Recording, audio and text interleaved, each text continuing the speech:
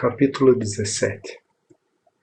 Havia um bolo para ele no seu primeiro aniversário, com uma única vela espetada no centro, com um ar desafiador, sua chama igual a uma borboleta amarela esvoaçando, no topo de uma coluna branca estriada. Fizeram muito estardalhaço e cerimônia acerca dos pequenos ritos imemoriais em torno do aniversário. O primeiro neto, o primeiro marco de quilometragem. Como ele não pode expressar o seu desejo? Perguntou Patrice animada. Será que eu poderia fazer um pedido por ele? Ou isso não vale? Tia Josie, a criadora do bolo, instintivamente consultada nessas questões de tradição, fez que sim com a cabeça, de modo categórico, de pé junto à porta da cozinha. Você faz o pedido para ele, meu anjo. O desejo vai se realizar do mesmo jeito, prometeu ela. Patrice baixou os olhos e seu rosto se tornou sério. Por um momento.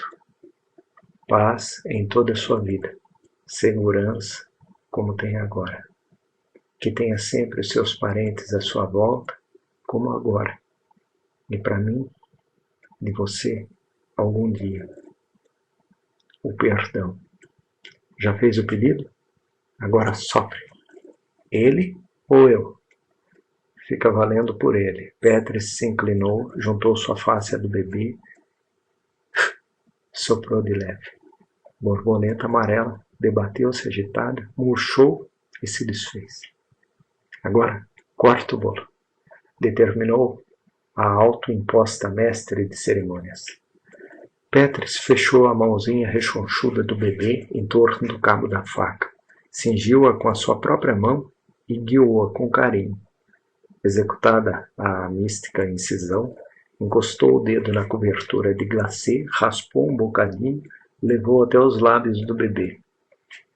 Uma grande gritaria e alvoroço ressoaram em volta, como se tivessem sido testemunhas de um prodígio de precocidade. Viera muita gente. Não havia tanta gente reunida na casa desde a primeira vez em que ela estivera ali. E muito depois de um pequeno convidado de honra ter sido retirado de cena, levado para a cama no andar de cima. A festa continuou no seu próprio ritmo, e até um pouco mais agitada. Daquela maneira que os adultos têm de se apropriar de uma festa de criança, em resposta ao menor sinal de estímulo. Patrice desceu de novo, em seguida, para as salas iluminadas, agitadas, ia passando entre os convidados, falando, sorrindo, mais feliz nessa noite do que em qualquer outro momento da sua vida.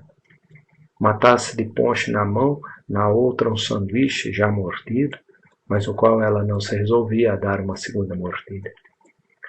Toda vez que erguia o sanduíche até a boca, alguém vinha lhe dizer alguma coisa, ou ela precisava falar com alguém, não importava, era mais divertido assim. Bill esbarrou nela uma vez e sorriu. Que tal a sensação de ser uma velha mãe?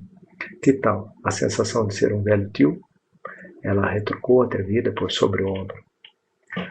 O ano parecia um tempo enorme. Essa noite fazia um ano, com seu horror, suas trevas e seu medo. Isso não acontecera com ela. Não podia ter acontecido. Acontecera com uma moça chamada...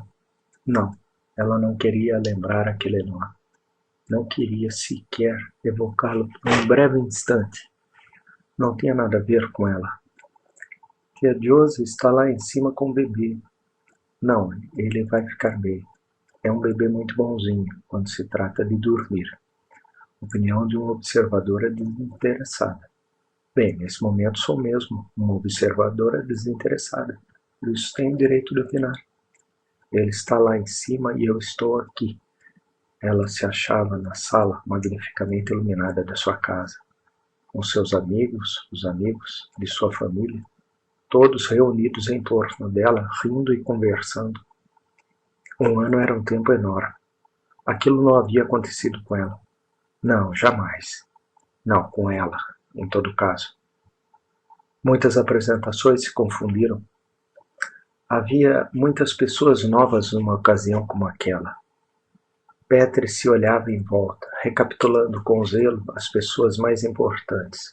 como convinha no seu papel de anfitriã assistente. Edna Harding e Marilyn Bright eram as duas moças sentadas com Bill, uma de cada lado, competindo entre si pela atenção dele. Petri sufocou um sorriso malicioso. Olha só para ele, a cara circunspecta como um totem. Ora, bastava ele virar a cabeça para o lado. Caso a cabeça de Bill não fosse incapaz de se desviar por causa de mulheres, até onde Petri pudera observar. Guy Ennis era aquele rapaz de cabelo escuro que levava uma taça de ponche para alguém. Seu nome era fácil de guardar, porque ele viera sozinho. Algum velho amigo de Bill, está claro. Era curioso que as abelhas não viessem zumbir em torno dele, com mais insistência, em vez de assediarem o impassível Bill. Parecia um tipo bem mais promissor. Grace Hanson era aquela moça um pouco corpulenta, de cabelo cor de linho ali adiante, esperando pela taça de ponche. Ou não era? Não, Grace era aquela outra moça menos corpulenta, mas com os cabelos também da cor de linho, sentada ao piano, tocando para si mesma, sem ninguém perto dela. Uma usava óculos, a outra não. Deviam ser irmãs, havia uma semelhança muito grande. Era a primeira vez que uma delas vinha à sua casa. Petris dirigiu-se ao piano e parou ao lado da moça. Até onde Petris sabia, ela podia, de fato, estar gostando de tocar sozinha, mas poderia pelo menos ter alguém por perto ouvindo com interesse. A moça ao piano sorriu para ela. E agora essa aqui. Era uma pianista hábil. Sabia manter a música em segundo plano, como um fundo para as conversas que tinham lugar no salão. Mas de repente, todos os que estavam em volta pararam de falar. A música seguiu sozinha, uma ou duas notas soando com muito mais clareza do que antes. A segunda moça de cabelo cor de linho deixou sua companhia por um momento, aproximou-se da pianista pelas costas. Tocou apenas uma vez no ombro como se fosse algum aviso ou sinal secreto. Foi só isso que fez. Em seguida voltou para o local onde estava sentada. A pequena pantomima fora tão hábil e rápida que mal pôde ser notada. A pianista se deteve, hesitante. Aparentemente havia percebido a mensagem do toque na mão nas suas costas, mas não o seu significado. Expressão levemente perplexa, com que encolheu os ombros, o rosto voltado para Petris era a prova disso. Termine a música. Petris se protestou com imprudência. Era linda. Como que se chama? Acho que eu nunca ouvi. É a Barcarola dos Contos de Hoffmann, respondeu a moça com ar despretensioso. A resposta em si foi um anticlímax. Em pé ao lado da pianista, Petris se deu conta do silêncio gelado que se fez imediatamente em torno dela. Soube que não era por causa da resposta da pianista, mas de algo que fora dito pouco antes. Tudo já havia terminado quando ela percebeu, mas a consciência do que se passara persistiu nela. Algo havia acabado de acontecer. Eu disse alguma coisa errada. Acabei de dizer algo que não devia ter dito, mas não sei o que foi. Não sei o que fazer a respeito. Trouxe a taça de ponche até os lábios. Nada mais havia a fazer no momento. Os que estavam perto de mim escutaram.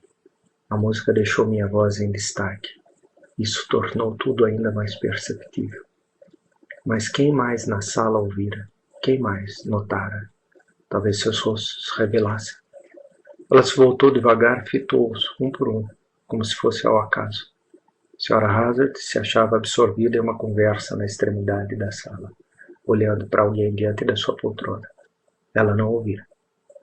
A moça de cabelo cor de linho que viera dar o tapinha nas costas da pianista estava de costas para ela. Podia ter ouvido ou não. Mas se ouvira, não dava o menor sinal. Não tinha ideia do que Petris fazia. Guy Ennis erguia um isqueiro para perto do cigarro. Teve de apertar o botão 2 vezes para acender a chama. Concentrado nisso, toda a sua atenção, o rapaz não levantou os olhos para Petris quando o seu olhar passou, ligeiro pelo rosto dele. As duas moças com Bill não o ouviram, era fácil notar. Estavam alheias a tudo exceto ao ponto da discórdia sentada entre elas. Ninguém olhava para Peters. Ninguém fitava os seus olhos.